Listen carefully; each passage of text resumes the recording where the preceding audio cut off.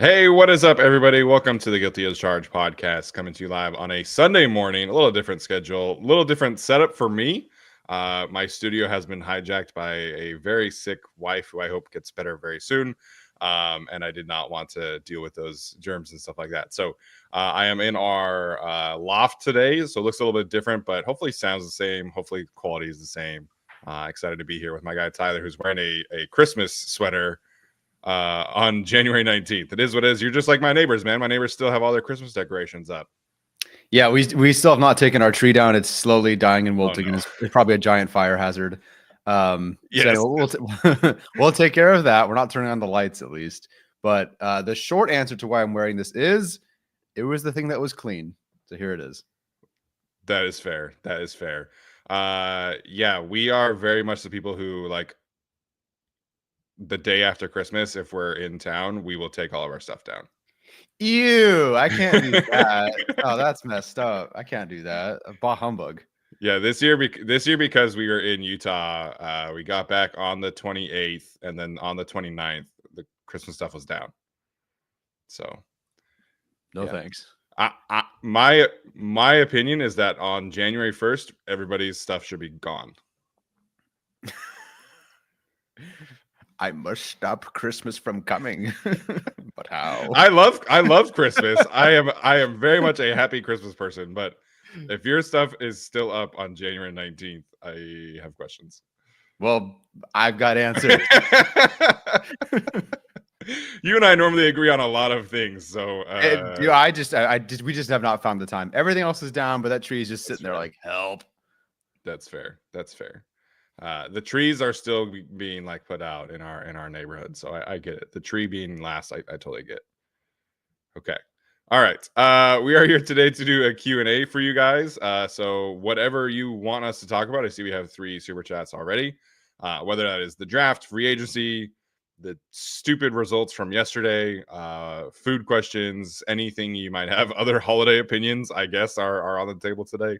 But we are here to support you today.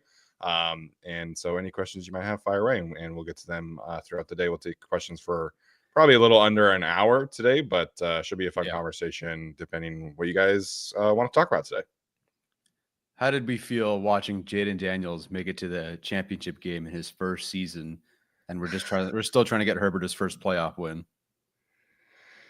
Yeah. There's so much quarterback discourse that happens now. And, whether that's like with my work friends online, whatever, everybody's crowning Jaden Daniels right now. And I get it. Like, the Commanders have been awful for the majority of my lifetime. And so, them getting to the NFC Championship this year is pretty crazy. And they had like the 18th best scoring defense. So, it is what it is. The NFC has so much more turnover than the AFC does. Like, the AFC, obviously, there's that graphic where like the last 20 AFC Championship games have featured either Peyton Manning, Tom Brady, or Patrick Mahomes. Whereas the NFC, it's like essentially 2 different quarterbacks a year. Like, there's just the turnover in the NFC is crazy. So that's certainly part of it. Him playing well is certainly part of it. But I watched that game yesterday, and the simple things the Lions defense were struggling with were crazy to me. Like read options, RPOs, and like that Terry McLaurin touchdown was a simple RPO smoke route, and then Terry McLaurin takes it to the house for 60 yards. So there's a lot of easy with the Commanders offense that we saw from Kyler obviously as well, and Jaden Daniels is executing that very, very well. But going into Detroit and winning like he did is certainly impressive. Yeah, no, it was. No one in this chat would be this person, but there were plenty of people who couldn't believe we'd bring up Dan Quinn even once as a top 10 candidate for the Chargers this past offseason. Boy, the subtweeting was something else, but it wasn't the worst idea, I guess. Yeah, we can obviously handle disagreement and understand like there were concerns about him, but certain people online just make things a little personal, a little bit too often. And Dan Quinn has turned things around in a really good fashion. Aside from our feelings about him, I think Dan Quinn doing what he's done, A, in Dallas and B, in Washington, after what happened in Atlanta is just so impressive as a human being, right? Like he had a very specific way of doing things as the Seattle defensive coordinator and as the Atlanta head coach. And we all know that kind of defense, right? It's the same defense that Gus Bradley ran. And so he went into Dallas and he turned his defensive philosophy around right away. And it's a lot of simulated pressures, a lot of cover 2, a lot of cover 1, a lot of cover 0, completely changed the schematics of who he was as a defensive play caller. And then he goes to Washington and they're aggressive on fourth downs. They are analytically driven. They are making smart decisions. They are, he's calling games in ways that was simply not happening, in Atlanta. So not many NFL coaches will get fired from a job and like really look at themselves and make necessary changes to elevate their game past that. And Dan Quinn has done that, right? Like Dan Quinn has completely transformed his career with his ability to just look inward and say, I didn't like the way that this happened, so we're going to make changes. Most coaches, Gus Bradley being the poster child of that, probably just get fired and then they keep doing what they're doing because they believe in that's Rick Roman. Also him. So yeah, it's just refreshing to see Dan Quinn, take the L in Atlanta, so to speak, and then turn it around and in such a unique fashion. I think deserves to be applauded. So it's not just Jaden Daniels. I think Dan Quinn deserves Definitely a ton of credit for what that team looks like right now. Yeah, it's thankfully the Chargers have who they have. Otherwise, most teams would be jealous of that nucleus over there. Coach, veteran coach, play caller for we'll see how much longer. GM, obviously Adam Peters, best candidate, gonna win executive of the year. Yeah. And Jaden Daniels. Good group. Thankfully, at least not in the AFC. Yeah, the NFC finally has a guy. Yeah, no kidding. No, if like the Raiders do this next year, I just quit. If they find their 1, 2, 3 like that, I quit. Yeah. Speaking of Cliff, did you know that he is still getting paid from the Cardinals from his head coaching salary? It never crosses my mind, but yeah, I do realize that he's still being paid, which is something. I respect that. Yeah. So if you're him, I don't know why you would leave that situation. You're making head coach money while calling plays for this offense, and he's not considered a favorite yet, at least yet, for any of the head coaching jobs. But I think he would be wise to stick around for at least another year and then see where he's at. You think Ben Johnson is going to leave this time? Yeah. I think Ben Johnson and Aaron Glenn both leave. Ben Johnson is kind of the favorite for the Bears and the Raiders. They're both kind of vying for his services. Aaron Glenn apparently is a possibility in Dallas now after they did the whole Mike McCarthy thing. So I think both of those guys leave. I think the Lions will be fine on defense. This is like an awesome, good year if you need a defensive coordinator. So I think they'll be fine on defense, but whoever they get to call plays on offense, which might be our guy Tanner Engstrand, is going to be a downgrade, right? Like Ben Johnson has been the best non-head coach play caller in the league over the last 3 years. So, we'll see what happens with their offense, but they've got obviously great offensive line, very good quarterback, very good, 2 elite running back room. They've got a lot of talent to work with. So whoever calls plays there, I think the Lions will be fine. Not 15-2 good, but I think they'll still be very good. Yeah, I think so.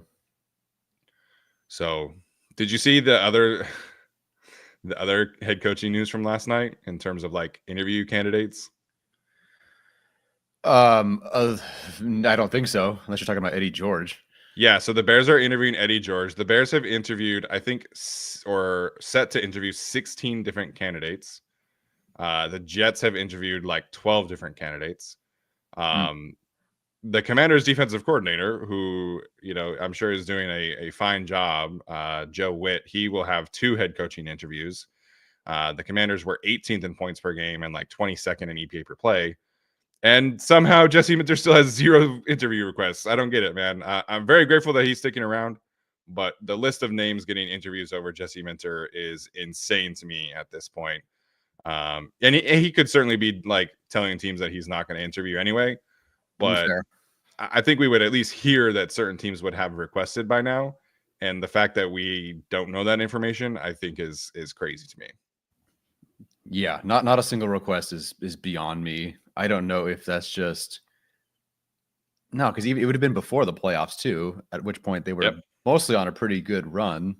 So unless they were very fearful after that Buccaneers game, I don't see why he wouldn't get an interview, but whatever. Maybe people are just giving all the credit to Harbaugh, which, sure, he deserves plenty of credit for the defensive turnaround, I guess. But that's all Minter. So I'm definitely surprised. Maybe not a fan of how it went with Seattle and McDonald so far, I guess. Yeah. And just saying like, maybe we don't want to do that right now. Give him one more year, which McDonald did have to do one more year. So we'll see. Yeah. And then this is worth pointing out too that Fitness Yeah. brings up. Chargers assistant general manager Chad Alexander is having a second interview with the Las Vegas Raiders. That will be happening tomorrow, and it's an in-person interview. So it is a sign that he is a finalist for the position. Brendan Brown from the Giants, who was a finalist for the Chargers job, is also a finalist. And then I forget his first name, but Spytek, the assistant general manager for the Bucks, is also considered a finalist. And then the Commanders assistant GM, who used to be with the Lions, I think his last name is Andrews. He is going to be interviewed from the Raiders as well. So the Raiders have a few different options depending on who they kind of want to go with. Chad Alexander and Brandon Brown don't really have a ton of connections to who they have interviewed. Obviously Robert Salah is a candidate there, and so you could have Chad Alexander and Robert Salah kind of being your duo there. Obviously the Spytek guy, he's been with Tom Brady for several years in Tampa Bay, so they have some options I think that would apply to them. But Chad Alexander getting a second interview is good for him. Yeah. Unfortunately, the Chargers would not get the 2 compensatory picks because he's only been with the Chargers for 1 year. And so if he does get hired, the Chargers do not reap the rewards, so to speak. But good for him, obviously, getting a second interview. Yeah, that's awesome. He must have been very respected with the Jets as is beforehand because he's been with plenty of teams, so it's not like just the Jets, but must have been building towards that GM job, and the Chargers were just at least lucky to have him for 1 year. Yeah. So we'll see what happens after this. But comes from a good background, comes from a good tree, can bring some guys with him, whether it's Baltimore or the Chargers or whatever. So wouldn't be a bad hire. Obviously, happy we have Joe Ortiz. Like that's set. Yes, you lose your assistant GM, but you still have the guy. It's not like losing Jesse Minter and having to find the new guy. So but wish him well if that's where he ends up going. If he goes to the Raiders, fine, I guess. I hate you now, I suppose, but whatever. I mean, from our perspective, if they land with Robert Salah and Chad Alexander, I think that's pretty good for us. All due respect to Chad Alexander, rooting for him. But considering the alternatives, like I would be okay with that outcome. Yeah, I agree. You bring up Joe Ortiz, obviously that's the key point, and I think it's important to point out that Joe hasn't really made a ton of changes to the Chargers front office. Obviously, he brought in Chad and he brought in Corey. I don't know how to say his last name. I can spell it. I can't say it. I have no idea. Yeah. I have no idea. I need to hear that information. But other than that, the front office has basically maintained the same. Like the scouts are all the same. The directors of player personnel are the same. And so you feel confident in his ability to lead a room because this isn't really like his guys, right? Like the scouting staff in Baltimore has largely been intact for like 20 years. Like they've obviously had some people leave for head jobs. But for him to come in basically the same room that Tom Telesco left and have the draft and free agency that he did shows that he can lead a room in a way that, it's hard to tell when they're or he was the director of player personnel, I think. Yeah. Anyways, so I trust him to hire and replace Chad, or if Chad takes people, like I have full confidence that Joe Ortiz will get his room in order whenever that happens. If that's this year with Chad or next year with Chad, it obviously seems like he's going to be bound for a GM job at some point. Yeah. And Joe is going to have to replace him and some other guys. And I think he'll be able to do that. Yeah, I think so. All right. Let's get to some questions. Obviously, super chats are greatly appreciated, not necessary, but definitely appreciated. And that's how you guys will ensure that your questions get answered. Fitness did leave a couple of super stickers in here. I don't know if there were other questions he wanted us to touch on, but we appreciate the two separate super chats there. He did follow up one super chat with a question looking at EPA per rush and pass on defense and offense. What was our worst area? Should we improve our worst area or no? Theoretically, yes, you should improve your worst area. Offensively, I'm fairly confident it was rushing, EPA, and success rate. Defensively, I believe it was also rushing, but it was like still top 10. So worse in that case is just the less better. Yeah, so the Chargers finished 12th on offense and drop back EPA per play, which is pretty good considering where they were at. Rush EPA per play was 18th, but success rate, they were 27th. So Yeah, awful. That was a lot of J.K. Dobbins creating explosive plays. Yep. The rush EPA per play is not necessarily a concern. The success rate is. In terms of defense, they were.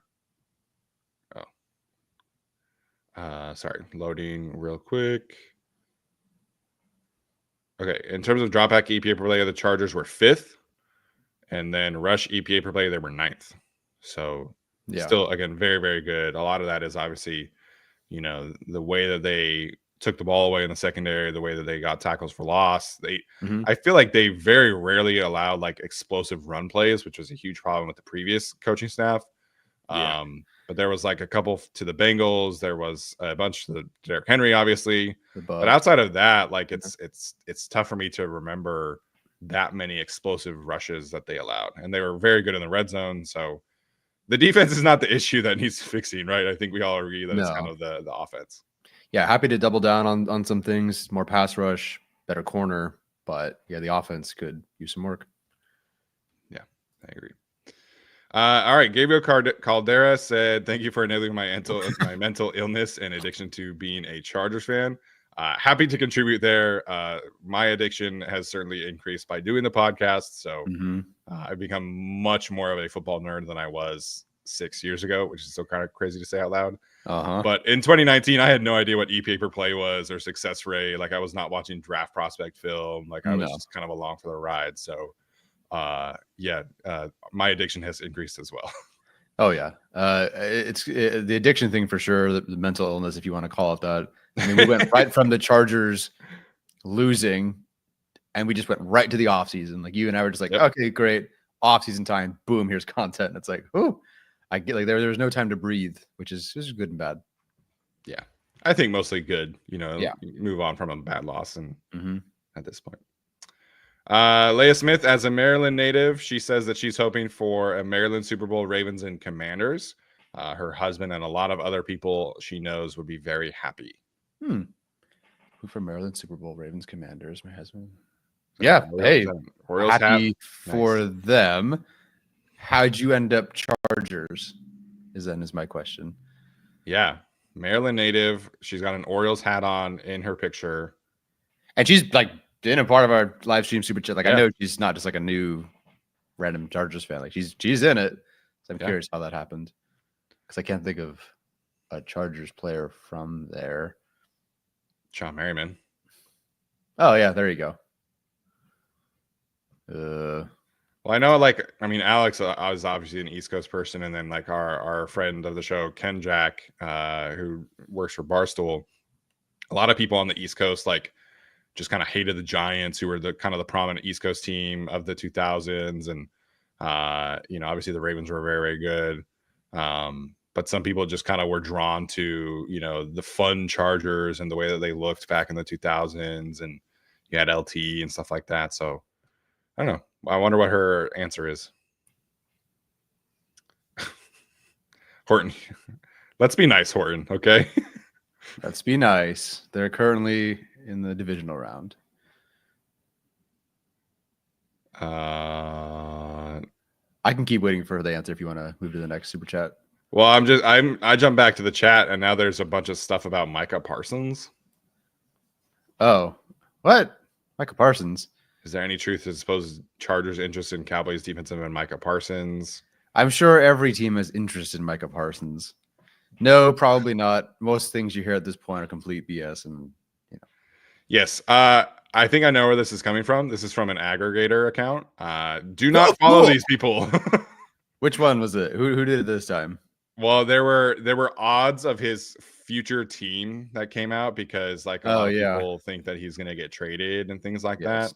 And like Colin Cowherd was talking about that this week. Betting odds are not news. So if the Chargers are listed as odds for a player acquisition, that is not news. That is Vegas people making odds. Also, doesn't really make sense to where the Chargers are. I mean, are they going to need an edge rusher? Sure. Does it really make sense to the Chargers specifically right now? Not really. I think you have to take Joey off the books. So maybe it's an expected thing. Yeah. I just don't see it. No, Micah Parsons, I think, has a legitimate argument to be the best defensive player in the NFL right now. It's probably him or Myles Garrett, I would say. But Myles Garrett is still Micah Parsons is still technically not even hit his prime yet, like athletically speaking, as an edge rusher. I think if you are trading Micah Parsons or trading for Micah Parsons, you're talking about at least 2 future first-round picks. And this year, next year, probably like a couple other thirds. Like he's that kind of talent. And the Chargers can't afford to do that. They have 34 players on the roster. Like they need those picks to hit and contribute, and they need that roster flexibility. So if he were a free agent and he were interested in the Chargers, sure, I would entertain that. But the Chargers can't really afford to trade for people who are that kind of caliber of player. And if you're the Cowboys, like, why the hell would you do that? Like he basically was the main reason why the Cowboys were kind of like a little bit of a playoff threat at the end of the season, because their defense was actually starting to figure things out when he was on the field. So I'm not going to put anything past Jerry Jones at this point in time, considering he's like interested in Deion Sanders. But them trading Micah Parsons would be a shocker to me. Yeah, I doubt it. I don't think Jerry sees the team as a team that needs to blow things up and start over. I mean, some things definitely need to change, and obviously the new head coach, but you don't trade Micah Parsons at this point. He's actually not even that expensive. His cap hit's only $21 million this year. Yeah, he's not on his second contract yet. So that's his 5th year option. Yeah. Like I don't think it'd be worth doing. I doubt it. Most of the news are going to be. I mean, listen, the Chargers are now favorites for Tyreek Hill, Micah Parsons, some other player, T. Higgins. Like, it's crazy how much money the picks the Chargers have, apparently. Yeah. But I think a Micah trade is like quarterback-esque. Like you've got to give up a ton to go get him. Yeah, I mean, there were offers for 2 firsts for Brian Burns. Yes. Yeah, sorry. Like, respect to Brian Burns. It's going to take a little more to get Micah. Now, granted, they rejected that trade for some reason. Then they settled for a 2nd and a 4th. Bad teams stay bad for a reason. Correct. Whew. Okay, getting back to Alea. So she said that her dad was a Baltimore Colts fan, moved to Indianapolis Colts, and we would play Madden growing up. It was weird playing the Colts versus the Colts. So she picked the Chargers as her new team in 2005 because of the colors and the roster. That's great. She certainly did not have to send in a second super chat for that. So we really appreciate that. But yeah, I think Madden and the Chargers was a big reason why a lot of people are fans of the team now, because they were kind of like the hot team in Madden in that generation, and they looked cool. They're fun. So I get it. Yeah, I think my first Madden was Madden like 02 or 01 or something, and so I loved playing as the Titans, for example. I wasn't really a fan of a particular team at that point. Titans were great, Rams were great, obviously. I don't know how I don't really know why Chargers ended up being the pick, other than I guess Orange County. Yeah, they were kind of your local team at that point. Yeah, they were definitely the closest team. So, our guy Athir in here says, Mama Shun, Athir has requested for you to convince Tyler we are going to lift the Super Bowl trophy in San Francisco. We going to be juggernauts. Thank you. So that's next year's Super Bowl for those who don't know. Yes. I didn't know that, but thank you for reminding me, Athir.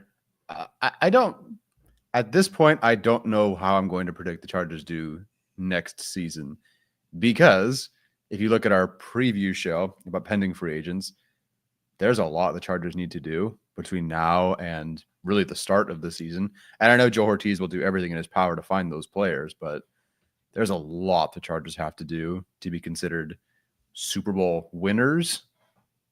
Nevertheless, what am I saying? Not just contenders, like winners. So we'll see. Yeah, I'm not going to put a ceiling on them. I think this regime has shown that they can maximize talent in a really unique fashion. Win the Super Bowl, I think, is in the cards, but I think that's so difficult right now with the way that the AFC is. I mean, the Bills they kind of hit a reset button this year, and they're potentially going to be in the AFC Championship game. The Ravens are potentially going to be in the AFC Championship game for 2 years in a row. Chiefs are obviously the Chiefs, and I don't know, maybe Andy and Travis and everybody retires and Spags finally gets a job. But being that confident in lifting the Super Bowl trophy next year, I think is probably a little rich, but it's a possibility. It's not a possibility. I think we have to see how they end in free agency, and they have to in the draft and everything like that. But if they are able to have another really smart offseason, get some more development from some of their other guys, I think at minimum they should win a playoff game. Like that's my disappointment if they don't. Yeah, that's my expectation going into next season. And then if they really hit the offseason well, then I think you're talking about maybe an AFC Championship berth. But then, as we saw against the Texans, coaching means a great deal in the playoffs, and Greg Roman is going to be the weakest coach in a potential AFC Championship game, and I just don't know. So, is it possible? Sure. Yes, Jim Harbaugh came back for that reason. I do not share the same confidence that Athir does, which is not new. Athir is generally a very confident Chargers fan, and I get it. Yeah, Ben Herbert. Hey, Ben Herbert. They got to win the division before I can see them, lifting a Super Bowl trophy. Yeah, I don't. As ludicrous as it sounds, given the Chiefs are not as strong as they used to be, and the Chargers almost beat them twice, barring retirements from players and coaches on the Chiefs, I'm still not picking the Chargers to win that division next year. No. And people hate it, and they'll hate me for it because they always do. I have just given up trying to care. I went into the season automatically going, Chiefs are going to win it. Oh, I got Jim Harbaugh. Blah, blah. Didn't matter. Now, there was some weird black magic voodoo stuff going on this year. Yeah. But that's part of it. Like the Chiefs somebody makes a mistake and suddenly they're division winners. Hey, man, the Chiefs beat the Texans by 9 and were outgained by 200 yards. So the Chiefs are not going anywhere, right? And Alex Katzen pointed out, all of us, myself included, want the Chargers to go sign Trey Smith. Sure. And people will say, oh, the Chiefs can't afford him. The Chiefs can't afford him. They have a lot of easy levers to pull from to create more cap space. So it's really a question of, do they want to dedicate that kind of resources to that offensive line when there are other needs? But their offensive line formula has worked for a long time. I mean, Juwan Taylor's been expensive. Joe Tooney's expensive. Creed Humphrey will be expensive next year. Do they want to have, that kind of offensive line where everybody except for the left tackle is making a lot of money? Not every team wants to do that. Not every team wants to be the Eagles where you have all these expensive players up front. So we'll see, but I don't think it's a guarantee that Trey Smith walks. I think they have, Chris Jones can get restructured. Mahomes has 7 years left on his contract. He can get restructured. They could cut Juwan Taylor and save some money. So there's just stuff like that that's going around where you just never really know how teams want to operate. And if Trey Smith and his number is too high for the Chiefs, that would not surprise me. because I do think he is going to reset the guard market. So maybe the Chiefs don't want to pay for that, but then they don't have to pay for that and they have room to go spend elsewhere. So yeah, as long as Andy Reid and Patrick Mahomes are in Kansas City, I'm not going to predict the Chargers win the division until it happens. It's kind of the same thing with, me previously not predicting a win at Denver because the Chargers just had never done it. Now that they did it under Jim Harbaugh's first year, I'm going to predict it to happen more often. And it's the same kind of thing with the division. Once they win a division, then I think we can talk about like more long-term success. Yeah. I mean, they could just as easily, because I don't think it's possible, but I don't think next year is Joe Thuney or Travis Kelce's final seasons. It's a final year of their contract. They could easily just hit a 1-year extension for both of those guys. Have plenty of cap space. Call it a day. I can't believe Jawan Taylor's cap hit next year is $27.4 million, which is a lot of dollars.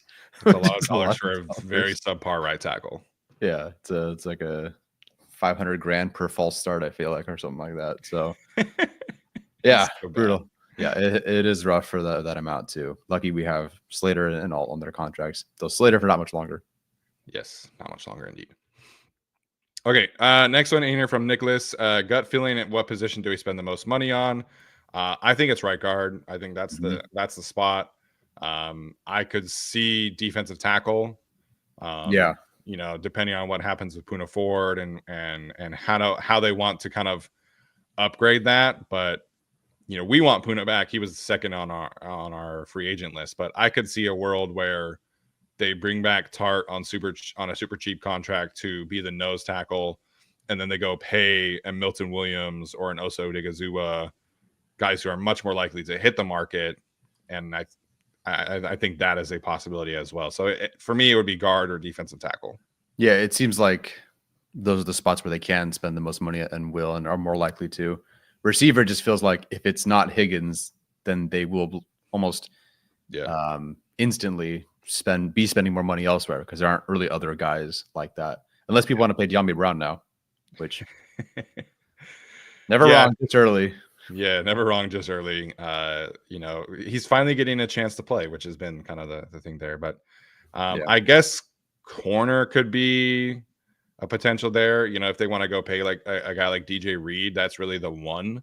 Mm-hmm. There's not really any high-end corners like that, but free agency is all about supply and demand, right? You've got to play the game, and the most supply of high-end players in free agency this year is at guard and defensive tackle, in my opinion.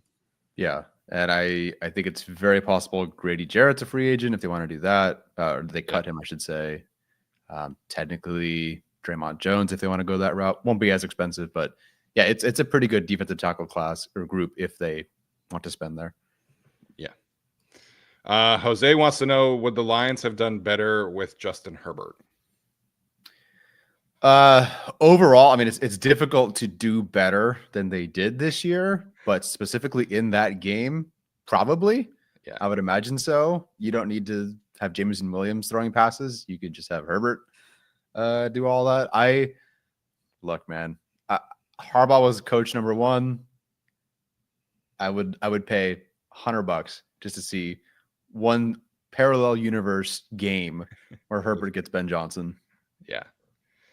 Yeah, and it's funny. Like a lot of the same people who criticize us for having Ben Johnson on the so highly on our rankings are now like, well, fire Greg Roman, he sucks. It's like, yes, this is why we wanted Ben Johnson, you guys.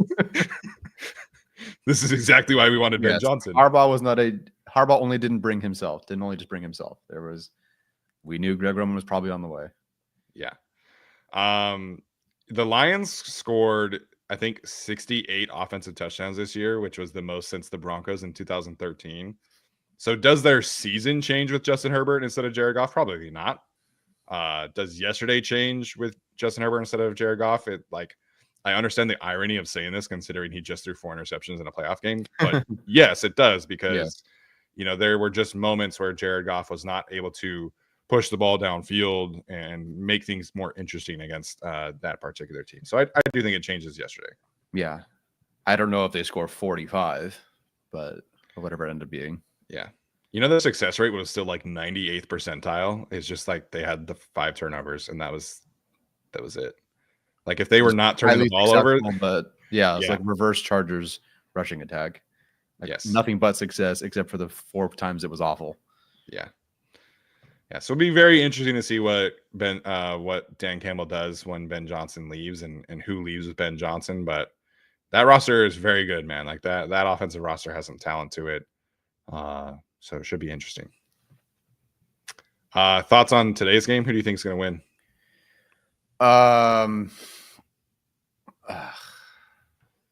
Or today's games, I should say. Yeah. The Rams looks like something different all of a sudden, man. It's a tricky one. If Jalen plays like he has recently, and I know the concussion's been a factor there, I don't know, man. Rams defensive line versus Eagles offensive line is absolute cinema. Sorry, Alex. I'm gonna go Rams. Even though I'm rooting for the Eagles, I just think the Rams they're just on a fire right now. They've got hot at the perfect time. AFC, jeez, man, I don't even know. Lamar's playing outrageous. Buffalo's Buffalo. I'll go home field with Buffalo there. Yeah, both games are supposed to be snow games for what it's worth. Yeah. I don't know if that changes anything.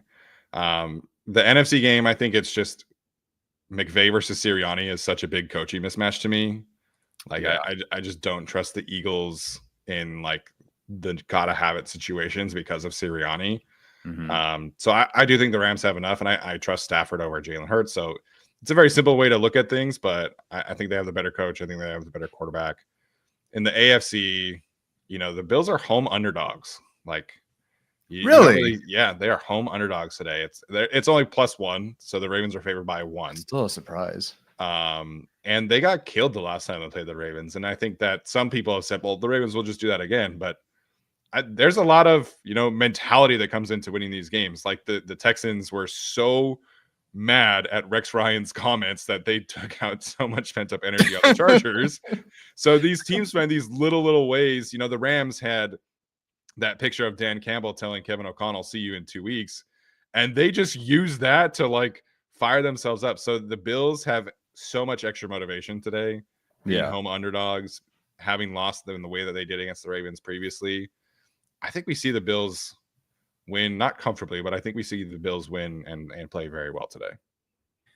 Yeah. Depends on which version of both of their defenses show up today. Yeah. Ravens have been better. Bills have been better, but they're not perfect. Very true. Very true. Our guy Athir back in here says that he has faith in my coach and my GM. I'm not worried like other fans. I know we're going to be a better team. The question what Herbert will have as far as weapons. I think Tyler and I are both very confident in the direction of this franchise. You know, and the way that this coach and GM have operated the last year have proven that they deserve a lot of confidence. A lot of my doubts really just it's the Chiefs, right? Like they happen to be in the same division and conference as the Chiefs. So I think we'll see them improve. I don't know if they'll get to more than 11 wins next year because the schedule is much more difficult. Right. And it's so tough to say with like, we don't know who they're signing and drafting and things like that. But I like gut feeling right now is my prediction is probably going to be 11-6, but you feel a lot better about the team. Yep. Because I think they do make some necessary improvements. And then, you know, we were up until like the very end of the season, we were like, okay, is this team going to have any success in the playoffs? We just didn't know if they had that in them. Yeah. And unfortunately that became not true, but I think 11-6 win a playoff game is kind of the expectation at minimum for me going into next season. Yeah, they're not playing the Panthers. Well, granted, there are some teams on there that stink too, but yeah, the teams are much better on their slate, and I completely agree. And again, people will be like, "What? With improvements, they should win 3 more games." Like, I agree, they'll be a much better team, but they have. I mean, they're hosting Chiefs. The home slate is crazy, man. The home slate is they're hosting the Commanders. 3 weeks ago, you probably would have guessed that maybe Chargers would beat them. I think they'll beat them. Maybe. I don't know. They just walked into Detroit and beat them. Yeah. So, I mean, they got to host the Steelers, the Vikings, the Texans who just kicked their ass, the Eagles. The home slate is ridiculous. Thankfully, their away slate is much easier. Yeah. And their away slate might feature an international game. Ooh. Do we have any idea where? So the Jaguars obviously Oh, are the London team, great. and then the Dolphins are the Spain team this year. So Ooh, both of those two teams are set for the Chargers to be away games. And honestly, like I don't know, like the London games kind of suck usually in terms of the schedule, but like the Germany game was the Germany games have been very, very good schedules. Like it was the Chiefs and Dolphins a couple of years ago. yeah. It was the Buccaneers and somebody else the first year. So I think the NFL is going to want to put a good game in Madrid, and like Dolphins Chargers, like that's a pretty good slate. That would be fun. Who are the 3 teams we were sending to UK this year? The NFL announced it. It's like Browns. It's the Jets. It's the Jets. Jets, It's the Browns. Jaguars, and I think it might be the Browns. I Yeah, think it was the Browns. Like that's mean, man. yeah, that is very mean. Uh, Let me see if the Dolphins have their feature opponents up. I'm actually curious. Roland's asking where the Chargers will sit as far as strength of schedule. I guess technically, do they base strength of schedule? That's just regular season, right? That's not based off of playoff performance. I don't know. Okay, so sorry, we can get to strength of schedule in a second. The Dolphins' home slate is obviously the 3 AFC East teams, which the league has never put divisional games, as far as I know, internationally.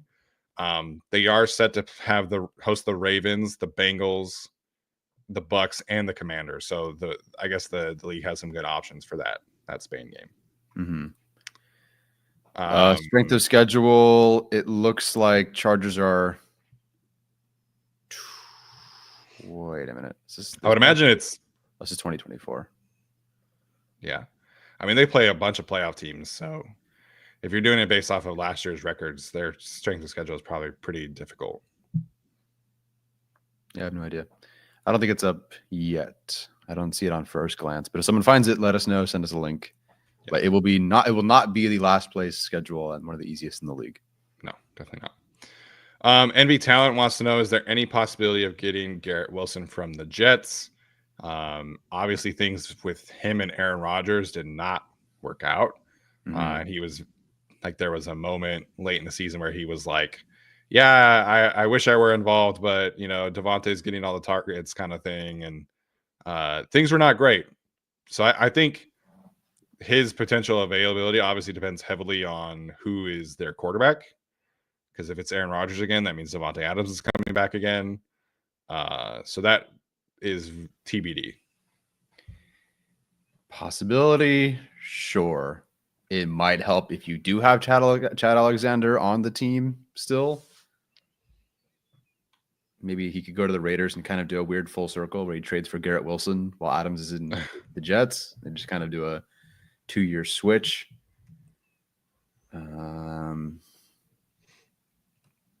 Yeah, obviously I'm not opposed.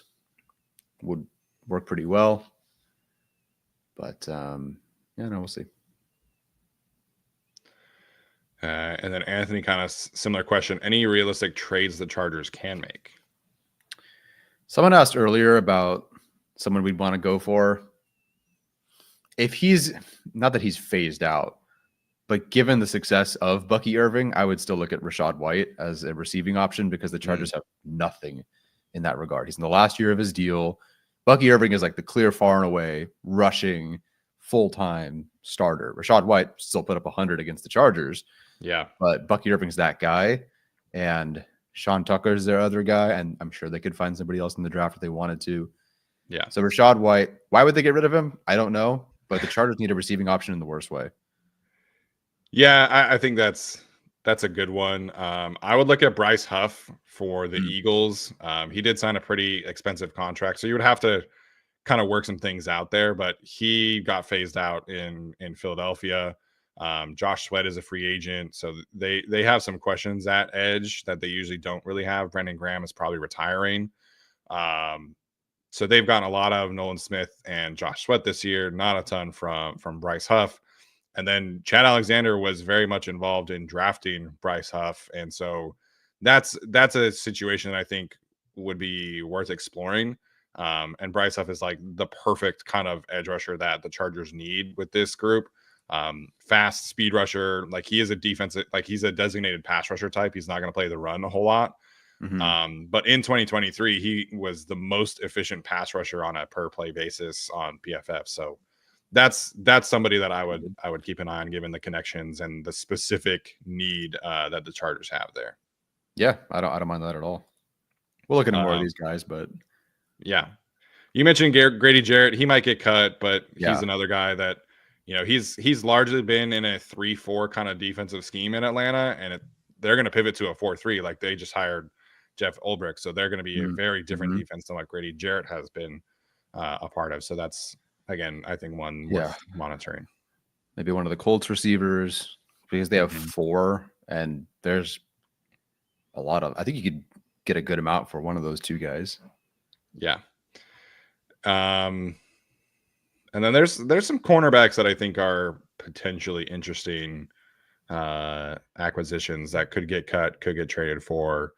You know, Jair Alexander has really struggled with injuries, but I think he's got the ceiling that the Chargers need at corner. So, and he's very much wanting out of Green Bay. So, again, he might get cut. But that's a name that I think is worth monitoring. I think they'll wait for a cut here, but potentially Tyler Lockett. They save 17 mil by cutting him. They're negative 7 mil in cap space right now. Reunite with Sanjay Lal. It's possible. Yeah, Chargers fans want DK Metcalf, but you know who else wants DK Metcalf? The Seahawks. So if you're the Seahawks, like, why would you get rid of DK when he's still very much in his prime versus potentially getting rid of Tyler Lockett, who's being replaced and phased out from Jackson Smith and Jigba? So yeah. Lockett's definitely the more likely cut candidate or trade candidate. Yeah. All right, next one in here from Josh Morrison. Y'all are amazing. Thank you for all the content. My first game at SoFi was the Bucks game. That sucks. But I have been there for some bad games too. So he says, what's your answers on these? 1 must cut, 1 free agent must sign, and 1 must in the draft. His is trading up for Ashton Genty. Ooh, good question. Yeah, really good question. Must cut. Well, at this point, will have to be Joey Bosa, given the amount of cap they'd save. Must sign any interior defensive or offensive lineman at this point. As far as the must in the draft, I'm getting close. Now, okay. I think there will likely be other players that are better at this spot than tight end in round 1. But having watched this tight end, so I made a list of the tight ends in this class to watch. By the time I really got around to some of the other guys, I think 3 or 4 of them had returned to college. So if you look at the guys that are available on the consensus board, it's 2 guys in round 1, and then just kind of a big cliff after that. I think there's 4 guys in the top 100 right now on the consensus board, which doesn't mean everything. Tarheeb still was barely on the thing, and he was a great pick. Yeah. But they might have to do the whole Joe Alt conversation, which is very different. But they went, we got to take this guy early, because by the time we get to our spot in the second round, we're more likely to have a weapon than an offensive tackle that is very good. And that was very true in this class, right? They went Joe Alt, McConkey. They traded up for McConkey, but that was very smart by them, I think, because I can't imagine this team with like Kingsley Suamatea on as their tackle instead. So I think they might have to go tight end early, because after that, there isn't really a great option out there. I know people love Harold Fannin Jr. and Mason Taylor and these guys, but I implore you to watch like the blocking film and more than just the production, which does give me quite a bit of pause. I've watched these guys recently, and I'm very worried about this group. Yeah, I've only watched 4 tight ends. So you watched Mason Taylor? Yes. Okay, so I have not watched Mason Taylor. I watched Gunnar Helm from Texas, and I watched Harold Fannin, and I watched Warren and Loveland. The thing with Fannin that he forced 34 missed tackles this year, which is crazy. but so many of his forced missed tackles were like he has a legit like 7-8 yard runway, and then he's going to make somebody miss in space like that. Tight ends don't get that many opportunities to force missed tackles with that kind of runway. And you look at the kind of targets he was getting at Bowling Green, where he was their best player. And listen, like he deserves a lot of credit for executing and putting the yardage up. And like it's crazy for a college tight end to do the things that he was doing. But he was open, like schemed open, I would say, on like 75% of his targets. That's correct. And Greg Roman's not doing that. I'm sorry. Like the Chargers tight end, the Chargers tight end is going to have to be somebody who can create separation over the middle and create contested catch opportunities and create on their own these kind of windows for Justin Herbert to throw to. And I don't know if anybody outside of Colston Loveland or Tyler Warren can do that. And I think Tyler Warren's going to be long gone by pick 22.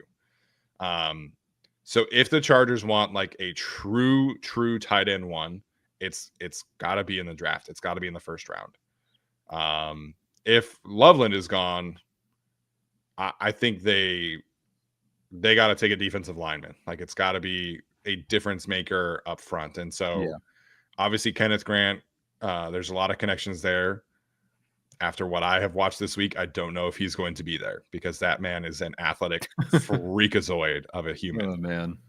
And so he might be long gone. So I think the Chargers are set up very nicely in the 20s to take an edge rusher and get a potential edge one alongside Thule for the long term.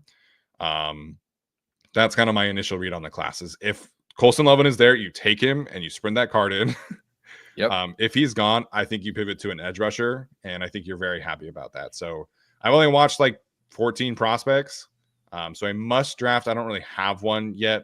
But I think the first 3 rounds of the draft are probably some combination of tight end, edge rusher, defensive tackle for me. Yeah. Well, I'll have to look more into the receiver class. It seems like the next guy the Chargers will have an actual shot at is Egbuka from Ohio State. Yeah. He's a slot receiver. He's awesome. He's great. Like if you want a good comp, he looks like and plays like McConkey, kind of.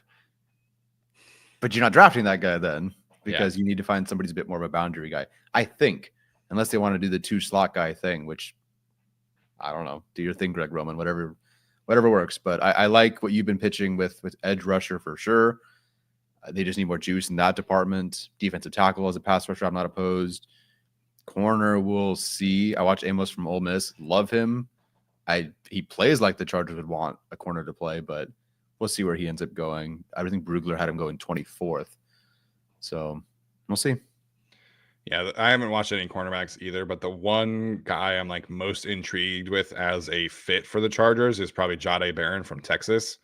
Because he's played outside, he's played in the slot, he's played safety, and like the Chargers, I think do need kind of a other slot option. You know, obviously Derwin plays a lot of snaps there, but I'm kind of wondering if they think Tarheeb's success on the outside kind of makes him more of a slot in a pinch kind of guy, or if they view him as a slot guy. Right. I don't really know, but having another piece that can move between outside and inside, I think would be very valuable to this team. And Jahdae Barron is probably that guy from what I've heard. And I think Dane Brugler had him going like 27 or 28 in his mock draft, if I'm not mistaken. So that does kind of fit a need. Yeah. Hi, Sully. Sully. I see a tail. There it is. Yeah. There it goes. It's kind of a similar question from Athir, number 22 pick. Do we move up to get Tyler Warren or stay and get Loveland? I don't think they will trade up. I think the Ravens have generally been a team who has traded down in the first round. So if they move around in the first round, I think it's probably down, not up. Yeah, you can go back to our previous video. They have too many things they have to do to trade up. I think almost more so than previous seasons, it feels like, which is weird because I think this team is pretty solid, but they have a lot of needs. But we'll see what happens in free agency. Yeah, I agree. Edgar in here from Portugal. Love to hear that. Going with some friends to a Super Bowl watch party at a bar in Lisbon. If I show up with all my Bolts gear only to watch Casey three-peat, I demand the NFL has the Chargers play in Madrid. Yeah. Yeah. Go NFC, I guess. Yeah. Yeah. I don't know, man. Eagles versus Chiefs sucks. Rams versus Chiefs is not great for us either. No. So go Commanders, I guess. Yeah, go Commanders. Big Commanders fan, I guess. But yeah, I mean, our European listeners and Chargers fans, they definitely deserve another season out there. So 2017 was the last time we were there, right? Against the Titans. Yeah, one of those Lynn years with Melvin Gordon. Come here, probably. Hey, Sully, come here. They want to say hi. Come here, Sully. Come here, up here. Sully, buddy, who are you picking in the draft? He's going crazy right now. Okay, go. Who are they signing in free agency? He says rough, but he means huff. Yeah. Reginald, when will Alex meet and do an interview with Ladd? After me, after us. First off. Yeah. Sorry, Alex. Hold on. you get in line. Yeah, it'd be awesome to interview Ladd for sure. Yeah, that'd be great. I'll just say that it's very much more difficult to get interviews with players now. Uh-huh. And we work, yeah. Okay, that is it from a super chat standpoint. Oh, nice. I don't know. I thought they had. Ryan Kensinger says Derek Harmon is a beast. I'd be thrilled to have him at 22. He's got a ton of upside. You watched him, yes? Yeah, I gotta see a little bit more before I decide if 22 is a good spot for him. But my first gut instinct is I wouldn't hate it, and I'd get it. And frankly, like Elston and Minter, they'll make that work. He'll be amazing, I'm sure. Yeah, I think 22 is probably a little rich for me right now. Of all of the prospects that I've watched, I've tried to watch at least 2 games. So it's not like a full sample size, obviously. And we still need testing, still need verified size data, right, all that stuff, Senior Bowl. So there's a long way to go, but right now I do think he is a first round player, but 22 might be a little rich for me. He's got as many almost wins as any defensive lineman prospect I can remember. Like, yeah, his ability off the line is so good. Yeah. But he really struggled to finish sacks and TFLs from what I watched. And so that is an issue that I think would need correcting in the NFL for him to be like a legit first round player. So, his pad level gets pretty high once he wins. And I think that's kind of an issue that he's got to correct. But stylistically, that kind of player, I do agree, would be a very good fit with the Chargers, especially if they bring Puna and Tier Tart back. Yeah. Can rush the passer, has the tools, can definitely would learn from a great set of defensive tackles if that's the case. I mean, Puna is the king of getting leverage low. Granted, some of that's just natural. Wouldn't mind that at all. Katzen, Jacob says that according to Katzen, we feel good about outside receivers in this class. You have kind of watched a few of these guys, and you don't. Yeah. Okay, so it's tough to say when I've only watched 5 or 6 players, so I don't really know. And I've been jumping around to like day 2, day 3. I don't know. I think it's partially because of the college system. A lot of these guys are just go run vertical and go in. And some of these guys I'm watching and their release package is just, I'm going to run faster. And that's it. And they'll make some highlight plays and you'll go, wow, what a catch. But I think when you're watching, and I think this is a mistake that I've made over the years, and we often make over the years, you see these guys like, wow, look at the way that guy can win down the field. Those late round 2, 3, 4 guys, just doing that really actually isn't enough to get you onto the field and be really, really successful early in the NFL, barring a freak amount of speed or freak size, maybe. Doesn't quite just translate. So as far as boundary receivers go, outside of like some of the top guys, obviously, who will not be there, I don't know. That said, as you messaged me earlier, I think yesterday, Trey Harris is averaging 8 yards per route run against man coverage. Crazy. Yeah, he's sick. Trey Harris in round 2 would be absolutely golden for me, but I don't think he'll be there. Yeah, I think most of the outside receiver buzz is around Trey Harris and Golden from Texas. I think Dane Brugler said Golden is going to rise up to be like a first round type of wide receiver. I don't know, man. Like the Chargers at some point are going to need some defensive blue chip prospects to bring into the pipeline. Like they don't really have many long-term guys outside of the I think Tarheeb still is probably more of a sure thing than Cam Hart right now, unfortunately, and obviously Dayon and Junior. But like they don't really have any young pieces up front besides Thule. So like they do need some defensive players, but 22, generally speaking, is a pretty good wide receiver spot. So if Golden does rise up to that point and he's their pick, I wouldn't be shocked by things. Mm-hmm. But yeah, man, it sounds like this wide receiver class is very good at the top. And then you're talking about like second, third round being kind of the sweet spot after that. Yeah, so we'll see. I mean, there's always freaking, what's his name? Devon Vele from Utah. Like, who would have thought that guy would have 500 yards this season? So, I mean, I liked him, but geez Louise. So there's always guys. You can always find players. But we'll see about this class. I don't know how I feel it relative to other ones yet. Yeah. There was another one, and then I scrolled down. I shouldn't have done that. This is completely not even what he's mentioning here.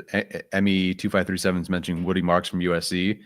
I'll watch him. I have no idea who this person is. I would consider Jonah Monheim, the center from USC. Just watched him because of some potential connections. Local kid, grew up 45 minutes from where they practice. Connection to Keel McDonald, running backs coach for the Chargers. Mm-hmm. Has played all 5 spots on the line. He's like started at a different spot every year. This is his first time starting at center. And Brandon, so I only bring this up because I think Katzen mentioned in our group chat like Hainsey as a potential option for the Chargers at center if they wanted to find somebody like that. That's Brandon Thornton's comp for him is Robert Hainsey. And now Hainsey was, I think, for both of us, round 3, round 4 guy. Yeah. Round 4, round 5 guy, something like that. Certainly not an early guy. And Monheim's not an early guy either. But just someone to keep an eye on with connections, local kid, USC, that specific comp. Just keep an eye on him. Yeah, I think I was messaging with a couple of like offensive line guys who have done a lot more draft homework, and I was talking to them about like the center needs and things like that.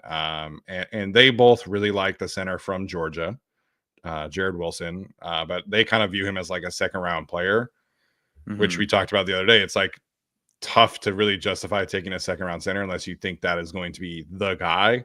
And heading into free agency with no guy at center is just not ideal for them. But they think that there's going to be a few guards who go down to the Senior Bowl or the Shrine Bowl and take snaps at center. And that's how you find a center in this class is you're probably talking about a guard convert. I forget his name right now, but they both really like the guy from Jackson State. Jacksonville State, excuse me. He's got a lot of buzz. I think his last name is Webb. He's a guy I knew you're talking about. Yeah, I think he's a Duke Manyweather guy also. So that makes sense. Yeah. So we'll keep an eye out for guys like that who are making that transition in the All-Star circuit, because that kind of seems like the way that they are going to find a potential senior. And they worked out a lot of guards at center, like on their pro days, at the combine. So I think they're at least willing to have those kind of conversations more than we might think in terms of just like picking a center. Like when they went to the Utah Pro Day and Mike Devlin worked out Satoa Laumea, who was a guard for Utah, as a center. And then I think they did that at the combine for a couple guys too. So they are very willing to at least kind of test guys out. and that's probably how they'll find a center prospect this year. Yeah, I mean, they drafted, or at least in Baltimore, they drafted plenty of guys who were tackles, who converted to guard, who ended up playing a ton of center for them, if you look at their history. So we could definitely see that. You're looking for like a Cooper Beebe in this draft. Yeah. Would be great. I think he was only a guard. I could be wrong, but I think he only played guard. Yeah, he did not play any center at Kansas State. I played tackle, and he ended up being a center for the Cowboys. Yeah. Good for them. DA asking about Mike Green from Marshall, the edge rusher. He's got the goods, man. I am a big fan.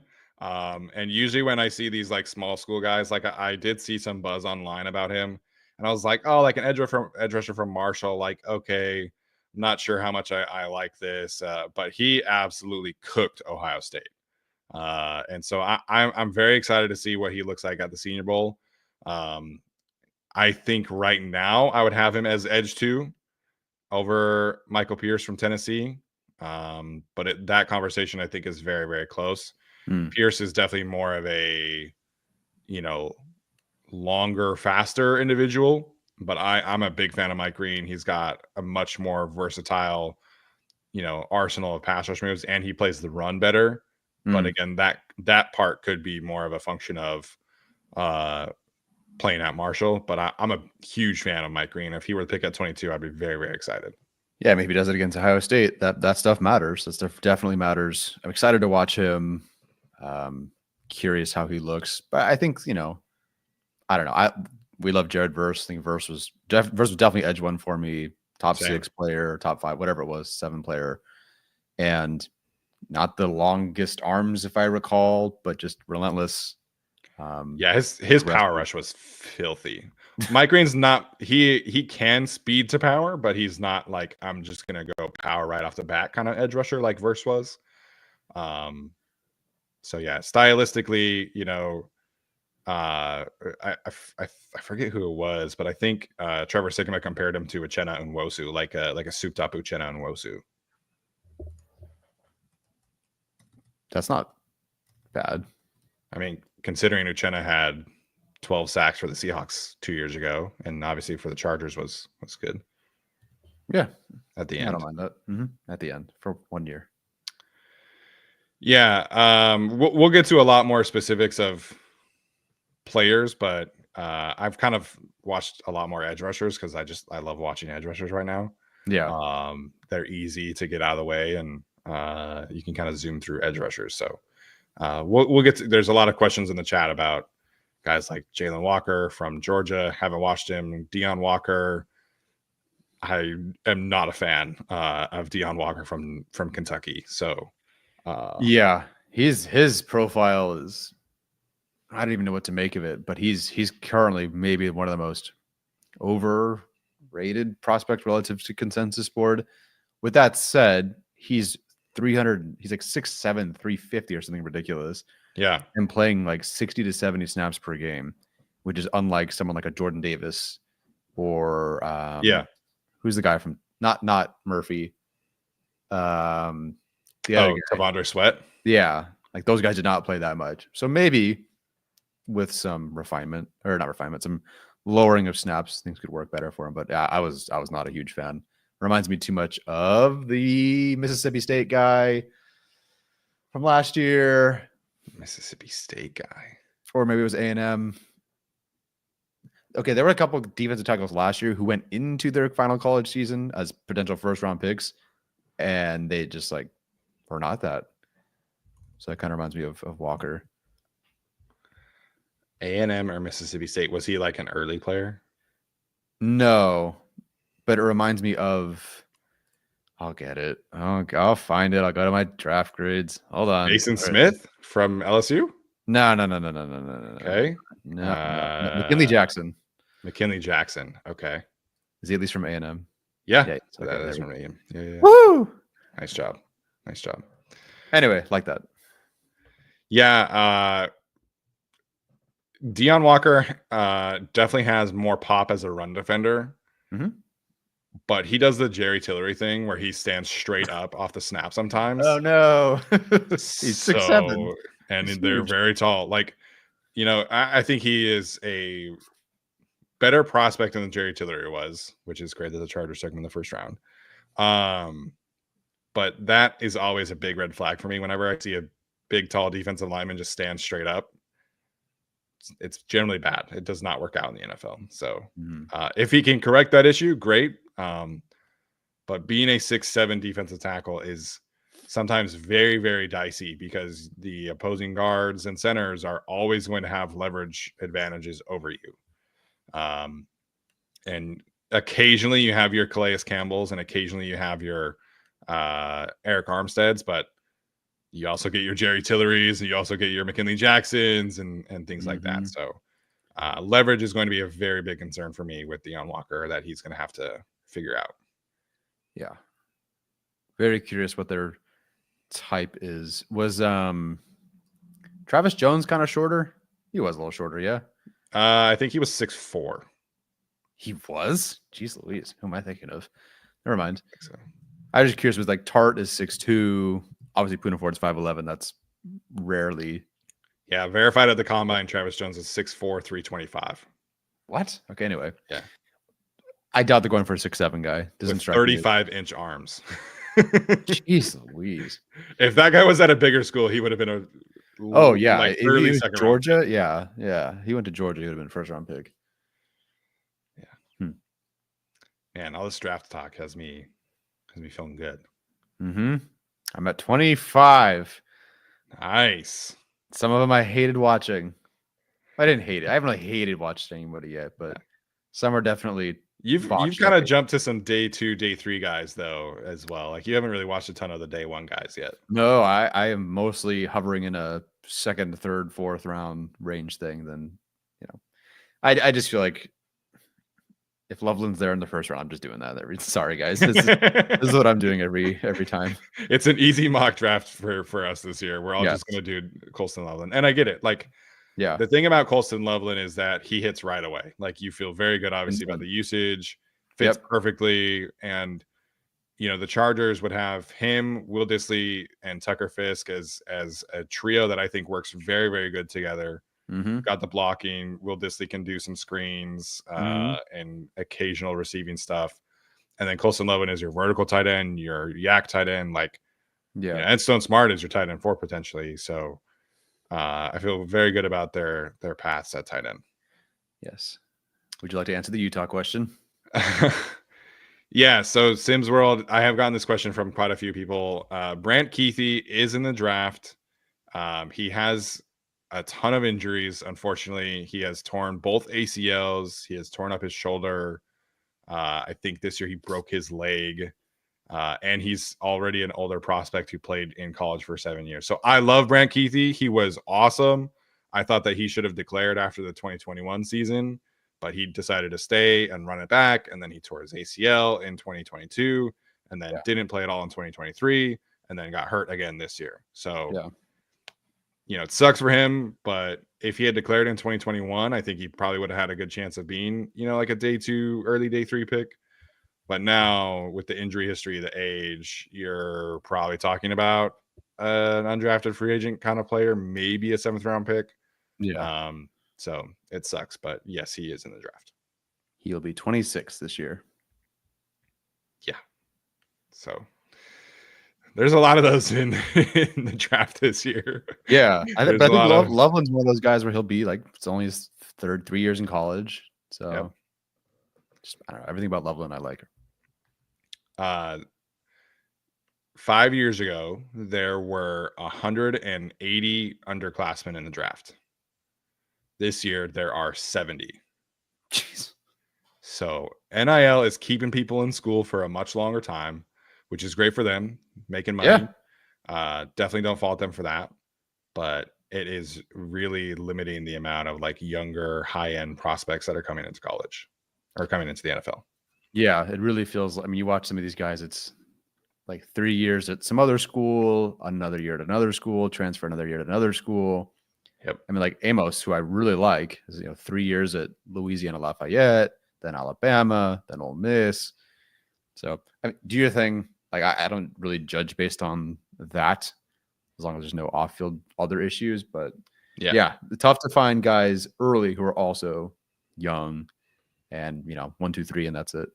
Yeah.